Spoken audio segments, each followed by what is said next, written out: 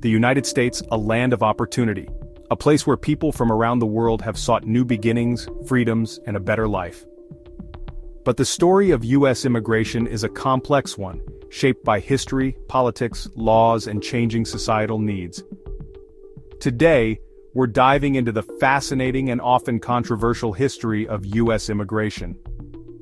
From the early colonial period to the present day, how have immigration policies evolved, and what have been the biggest challenges and changes along the way? Let's find out.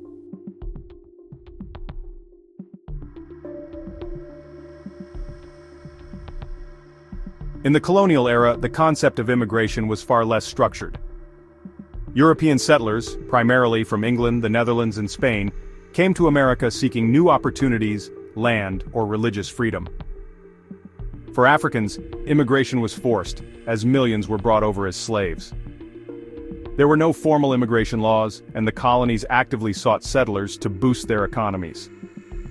At this stage, the idea of immigrants didn't even exist in the modern sense.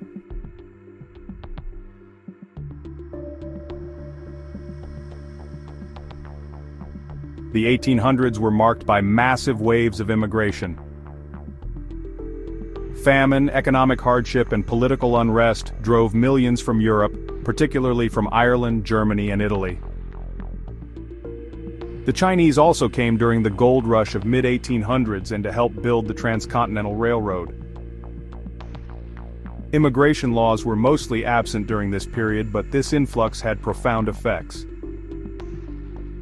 Cities like New York and Boston became melting pots, and immigrant communities started to shape the cultural and economic landscape of the country.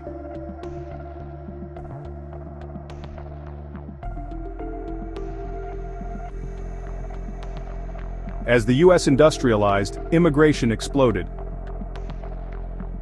By the early 20th century, nearly all immigration came from Europe. This is also when the U.S. began to introduce its first restrictive immigration laws. In 1924, the Johnson-Reed Act, signed by President Coolidge, set quotas based on national origin, favoring immigrants from Western and Northern Europe, and limiting those from Eastern and Southern Europe, as well as Asia. This was the first time immigration was strictly regulated and restricted. Despite the quotas, Ellis Island became a symbol of America's openness, with millions passing through its gates, especially between 1892 and 1924.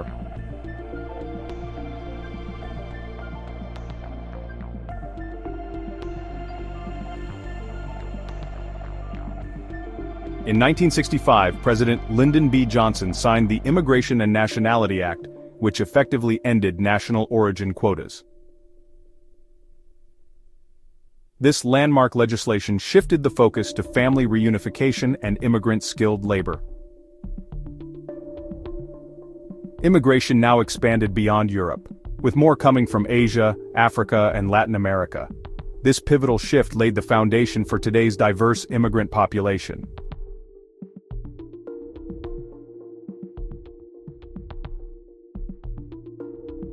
The 1980s and 1990s saw increasing debate over immigration, especially with the passage of the 1986 Immigration Reform and Control Act.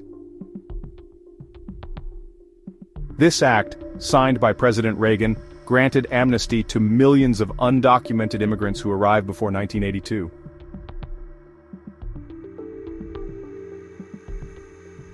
It also increased penalty for hiring of unauthorized workers. During this period, the immigrant population continued to grow, particularly from Mexico and Latin America. However, the debate around illegal immigration began to gain national attention.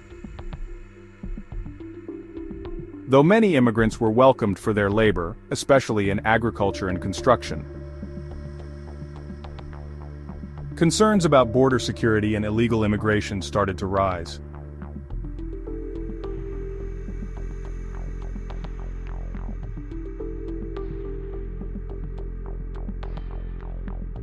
Today, immigration policy is shaped by a mix of factors: economic needs, security, and political considerations.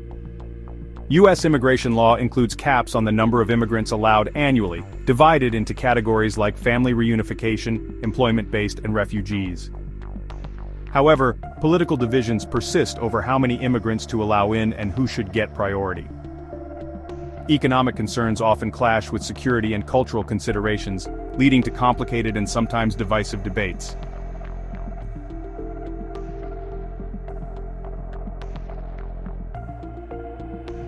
Immigration to the United States is governed by a complex system that categorizes immigrants based on their legal status, purpose for entering, and whether they are entering legally or illegally.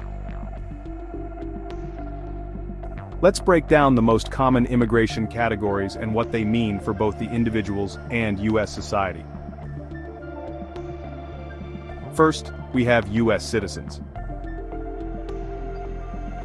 There are two ways an individual can become a U.S. citizen: by birth or through naturalization.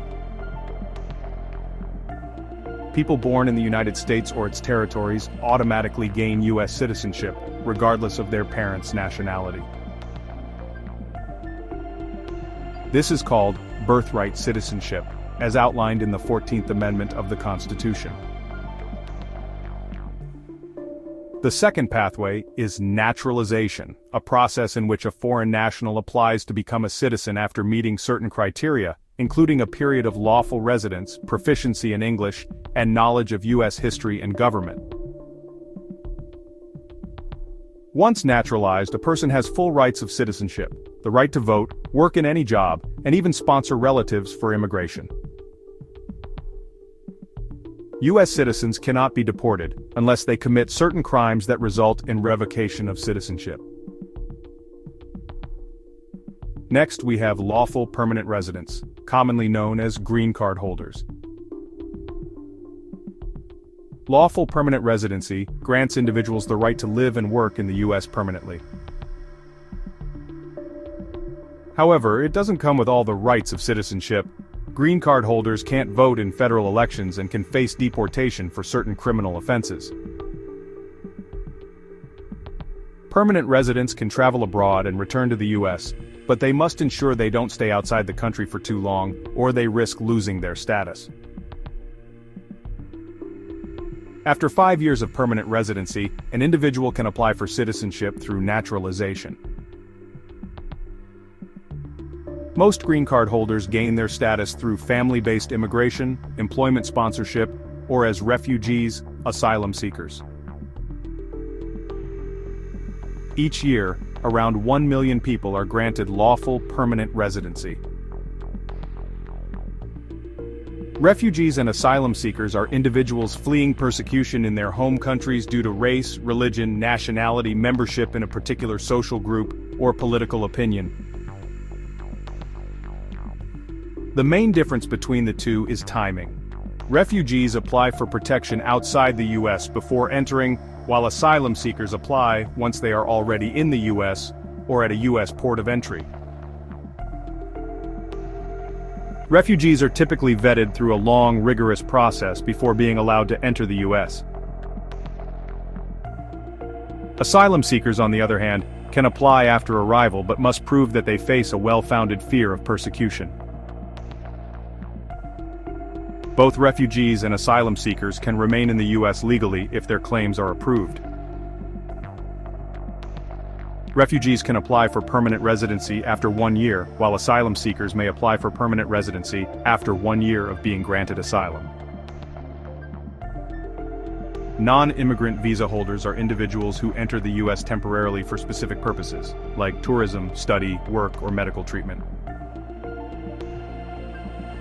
There are many types of non-immigrant visas, including B1, B2 visas for tourists and business visitors, F1 visas for students, H1B visas for specialty workers and professionals, and L1 visas for intra-company transferees. Non-immigrant visa holders are allowed to stay in the U.S. for a limited period depending on the type of visa. For example, an F1 student visa allows students to stay for the duration of their studies, while a B1, B2 visa may only grant a few months. Most non-immigrant visas are temporary, and holders must leave when their visa expires unless they apply for an extension, change of status, or another visa. Finally, undocumented immigrants are individuals who have entered the U.S. without authorization or who have overstayed their visas. While they do not have legal permission to reside in the U.S., many undocumented immigrants live and work in the country, contributing to the economy. They can also face significant challenges, including the constant threat of deportation, limited access to social services, and barriers to legal employment. Some undocumented immigrants may be able to adjust their status through programs like Deferred Action for Childhood Arrivals, DACA, or Temporary Protected Status, TPS, but these programs do not grant permanent residency or citizenship. There are also a few special categories of immigrants who have unique legal statuses. These include special immigrant juveniles, young people who have been abused, neglected, or abandoned by their parents and have been granted a special status to remain in the U.S. Temporary Protected Status, TPS, for individuals from countries affected by conflict or natural disasters who cannot safely return home.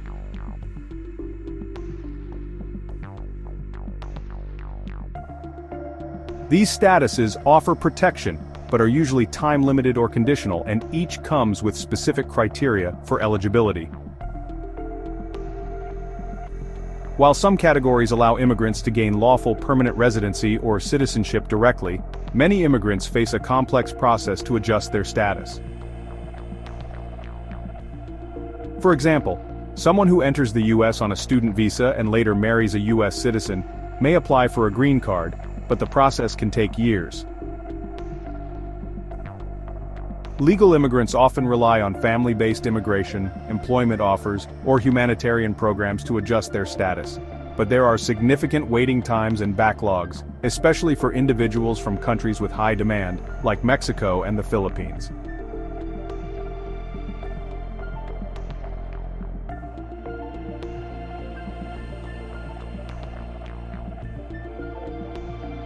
Deportations have been part of U.S. immigration policy for over 100 years, with some occurring every year and with all presidents approving them.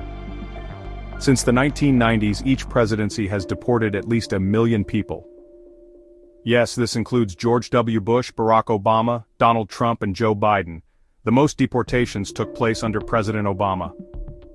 Primarily those with criminal backgrounds. President George W. Bush administration deported the second largest amount. Remember that these are both two-term presidencies.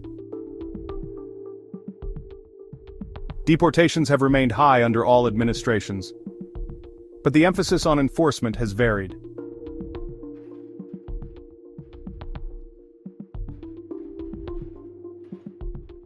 One of the most contentious issues in U.S. immigration is the southern border wall. While approximately 700 miles of the 2,000-mile border is fenced or walled, discussions about building a complete wall have been bogged down by politics, costs, and concerns over its environmental impact. Some argue that a complete wall is necessary to control illegal immigration and improve security, while others argue that it's an ineffective, costly solution that overlooks the broader issues of immigration reform. Today, most legal immigrants enter the U.S. through family-sponsored visas or employment-based channels. Many enter via airports, seeking student or work visas. Illegal immigration, on the other hand, is concentrated along the southern border, although it's also important to note that some undocumented immigrants become illegal by overstaying visas, rather than crossing the border illegally.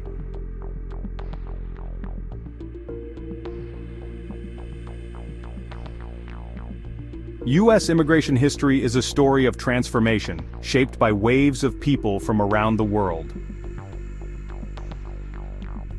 It's a story of opportunity, but also of tension and conflict, as the nation grapples with how best to balance security, economic needs, and humanitarian concerns. Unless a descendant of Native Americans, all Americans are descendants of immigrants. As we look ahead, the future of U.S. immigration remains uncertain. What's clear, though, is that immigration will continue to be one of the most defining issues in America's history. Thanks for joining us on this journey through the history of U.S. immigration. If you found this video helpful, don't forget to like and subscribe. See you next time.